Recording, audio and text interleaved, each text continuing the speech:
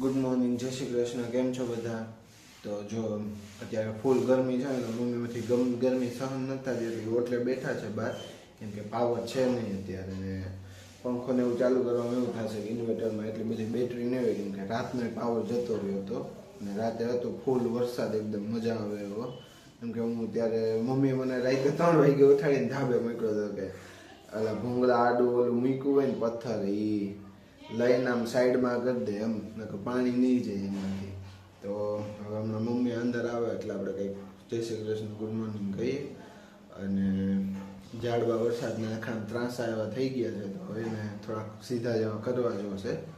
તો હમણાં પછી જઈએ નાહીને. ત્યારે નાવાની ઈચ્છા નથી થતી, નાહીશ ને એટલે પાછો ગરમીનો આખો પરસેવાવાળો થઈ જાય. એટલે હવે જોઈએ શું કરવું એ. લગભગ પાવર આવે ને પછી જ નાવા જઈશ, ત્યાં સુધી તો જઈશ જ નહીં, એમ જ કરવાનું છે. ચાલો હમણાં મમ્મી અંદર આવે ને એટલે આપણે એમને મળીએ. તો ભાઈ જો મમ્મી છે ને ધાબે વાહર ખાવા બેસી ગયા છે અને કપડા ખરાબ કરી દીધા છે.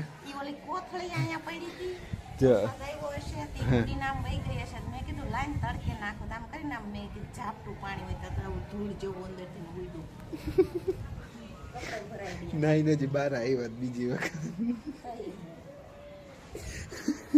એટલી બધી ગરમી થતી નીચે, તમને અહીંયા ઉપર આવવું પડ્યું અને ઠંડુ થઈ ગયું ધાબુ, રાતનું પાણી ભરાઈને. હે થઈ ગયું છે ને? હા, પવન આવે થોડો થોડો, નથી આવતો? પવન થોડોક આવે છે, એમ આવે છે ને. અને આ ઝાડવા જો ફાંગા થઈ ગયા હતા, થોડાક ફાંગા થઈ ગયા થોડાક, આમ ત્રાહા મેં સીધા કર્યા થોડાક. હા, કડાકા ભડાકા વીજળી થતી હતી સારી એવી. પાછો 3 વાગે મને ધાબે મૂક્યો, જા ઓલું પથ્થર દેખાય તમને સામે ઈટોડા, એ કે હટાઈ આવી. હા, નકર ધાબુ ભરે, ધાબા સ્વિમિંગ પુલ નાવાનું. એ રાખવાનું કારણ શું?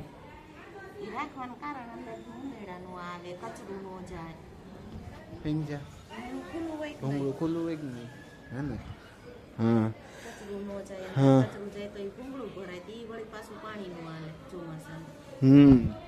અમારે અહીંયા અમે રહેવા આવ્યા ને અહીંયા ત્યારે જેવું થઈ ગયું નહીં હમણાં વરદી પહેલા.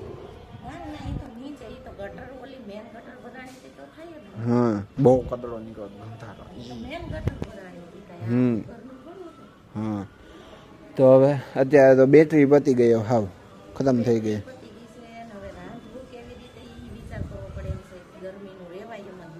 હું મારી મમ્મીને કષ્ટ નહીં આપું, હું બહાર જઈને ખાઈ લઈશ એક દિવસ, હું એડજસ્ટ કરી લઈશ. મને ભલે બહારનું ન હદે. હું સારું એક દિવસ બહારનું નહીં ખાવું, બસ કેરી ખાઈ લઈશ. હા, બીજું તો શું કરવું હવે? ના, એમ તો થોડુંક તો ઠંડુ છે, હાવ એટલો ઉકળાટ નથી. રહેવાતું નથી તો તમારે બધાને છે ને કામ ન હોય રસોડામાં, એટલે કામ કરે ને એને ખબર હોય કેમ કામ કરાય, કેમ આ ગરમીમાં રહેવાય રસોડામાં. કાંઈ નહીં, સારું હાલો હવે, પછી બહુ લાંબુ થઈ જશે. લાંબુ નહીં કરવાનું. હા એમ.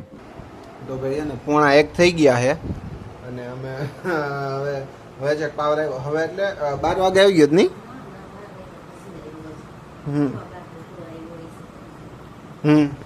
એટલા વાગે પાવર આવ્યો નહીં. પહેલા તમે ક્યારના નીચે આવી ગયા હતા, કેમ કે ઉપર ગરમી થવાની લીધી, તડકો જેમ જેમ આવે એમ બધા થોડોક તાપ લાગતો હતો. મમ્મીને મને હમણાં કહે છે એસી કરવું પડે એવું નથી લાગતું થોડું? મેં કીધું નહીં.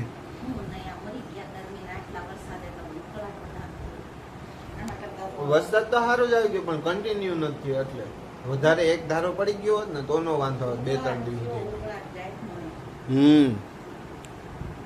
તો હાલો હવે રાંધવાનું શું કરશો? એવું છે તો હાચીને કેરીથી જ કામ અકાવવું પડશે. કેમ કે મમ્મીને માથું દુખવા માંડ્યું છે. શું કે? હા, કમેન્ટ કરીને કયો. તો ભાઈ 4:30 થઈ ગયા છે. અહીંયા મમ્મી ચા બનાવી રહ્યા છે. નહીં, ઓહો, શરબત બની રહ્યું છે. મને એવું ઈચ્છા તો હતી કે શરબત પીવું છે એવું કંઈક, તો આજે શરબત પીવાની ઈચ્છા અંદરથી જ એમ થઈ છે આમ ગરમી થોડી થતી હતી ને બફારો એટલે મસ્ત એકદમ થયું હતું અને ખાધી તો મમ્મીએ જો બોલ્યા વગર જ પૂછી કે પૂરી કરી નાખી ઈચ્છા. ધન્યવાદ હો માતાશ્રી. હા શરબત કરીને પી લે હા રોજ કરીને પી લેવાનું. બહારના આર્ટિફિશિયલ વાળા પાવડર નહીં લાવવાના, ઘરે બનાવીને પીવાના. હા લીંબુ શરબત ને એમાં નાખ દેવાના થોડા તકમરિયા એટલે મજા જ આવ્યા રાખે. ન આવે મમ્મી? હે અને આમ જોવા તકમરિયા આમ આમ આમ રાખ બતાવો એકદમ મસ્ત ફૂલી ગયા છે. આને ખબર મમ્મી ના વજન ઘટે એવું કે બધા એનાથી નહીં ખબર? બહુ બધા એવું કે આ સવારે ખાવાના એટલે વજન ઘટે શું હોય કોને ખબર. મેં ટ્રાય તો કર્યા એક બે વખત કે મજા ન આવી એટલે બંધ કરી દીધા પાછા. હે પાછું ચાલુ કરી દઉં આપણે બે મા દીકરો વજન ઘટાડવા હતું. હે અમને જે કોઈને કઈ ખબર હોય ને વર્કશોપ કે ક્લાસીસ કે કઈ એવા થતું હોય જે કઈ વજન ઘટાડવાનું તો અમને કયો, અમારે ત્યાં છે ને જોઈન થવું જેમ કે અમારે વજન ઘટાડવું મા દીકરો. હા હા બરફ જો આવડા મોટા મોટા બરફના ગાંગડા આવે છે ગામમાં. અને આ ડીશ લાવ્યા ને બીજે જ દિવસે કઈક મારાથી તૂટી ગઈ હતી ખબર જ મમ્મી. એક ખાનું તૂટી ગયેલું અંદર પાણી નાખે ને ત્યાં બાજુ આવે. રોનકે હમણાં કાલે કે પરમ દિવસ આમાં પાણી નાખ્યું હતું એને ખબર નહોતી. હા કાલે જ. અને અહીંયા એ બધું પાણી હેઠે ઢોળાઈ ગયું, બધા પોતું માર્યું બિચારા આખાઈમાં. બિચારો કાંઈ નહીં હો ભાઈ, પોતું માર્યું એને ઢોળ્યું એને જોવાય ને એને ભગવાનની 4 આંખો આપી, 2 ઓરિજિનલ ને માથે 2 ઓલા કાચની આંખો. હે જોવું ન પડે એને તો એને ખબર દેખાય નહીં એટલું તૂટેલું છે એમ. પાછું મને કે એલા કહેવાય નહીં તારે મને. એ હમણાં એડિટ કરતા કરતા મારી પતેડી ખાંડશે હમણાં જોજો ને જો સાંભળી જાય ને એટલે કહેતી હતી જેને શરબત પીવું આવી જાવ કોઈ આવતું નથી યાર આપણે કઈ તો એ ખાલે ખોટું કઈ છે. જો એકદમ મસ્ત હમણાં ઠંડુ થઈ જાય. એક આખો ગાંગડો બરફનો નાખી દીધો મમ્મીએ. અને હાલો હવે અમે શરબત પી લઈ અને હવે સાંજે પાછા મમ્મી કંઈક રસોઈ બનાવે ને ત્યારે હવે જોઈએ શું બનાવે છે એ તમને બતાવવું હોય છે. રેસીપી આખી આપવી છે બસ. આખીનો જ ન મેળ આવે કે એવું બનાવશું તો આપશું. દાલ ફ્રાય દાલ ફ્રાય પછી હદશે નહીં વાંધો નહીં આવે. તો કાંઈ હાલો હવે શરબત પી લે. મમ્મી જો પીવા માંડ્યા છે કેવું લાગે? ગળ્યું કેવું છે એમ પૂછ્યું નથી? બસ એમ બહુ ગળ્યું ખાવાનું નહીં. હાલો પરસો વળવા માંડ્યા પંખા બંધ હે. હા એ વાત છે મારા મમ્મીના હાથથી છે ને બહુ વધારે પડતી ખાંડ અને બહુ વધારે પડતું મીઠું પડે જ નહીં હોય જમવા. અમારે મહેમાન આવે ને બધાને એવું લાગે કે આ મોડું છે અને અમને એમ લાગે કે આ બરોબર છે. તો ભાઈ જો અત્યારે છે ને એકદમ પરબારું કરીને આવતા રહ્યા છે અમે. મમ્મી મજા આવી હે ને? મારા માસી આવ્યા હતા તો અમે મારા બેનની ઘરે ગયા હતા અત્યારે ત્યાં જમવાનું હતું. મસ્ત પાઉંભાજી ને પુલાવ ને ખાવાની મજા આવી ગઈ. આજ તો મારા મમ્મીને ગાડી સારી એવરેજ આપી દીધી નહીં ખાવામાં. શું ના રે ના શું લાગે?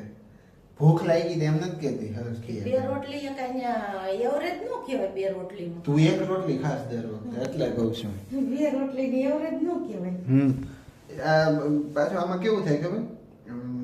અત્યારે ભેગા થયા ને બધા તો પાછું બીજા દિનનું પ્લાનિંગ કરતા આવે કે આ દિવસે આપણે આમ જાવું એમ.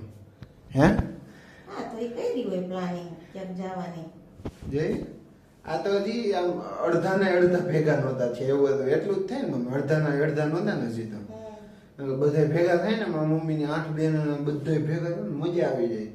આમ અડધા એમ જ લાગે કે બાજતા હશે એમ એટલો અવાજ ને હા હા હી હી હું થવા માંડે. હે તો હવે ક્યાં એસી માં ભાઈ ગયા?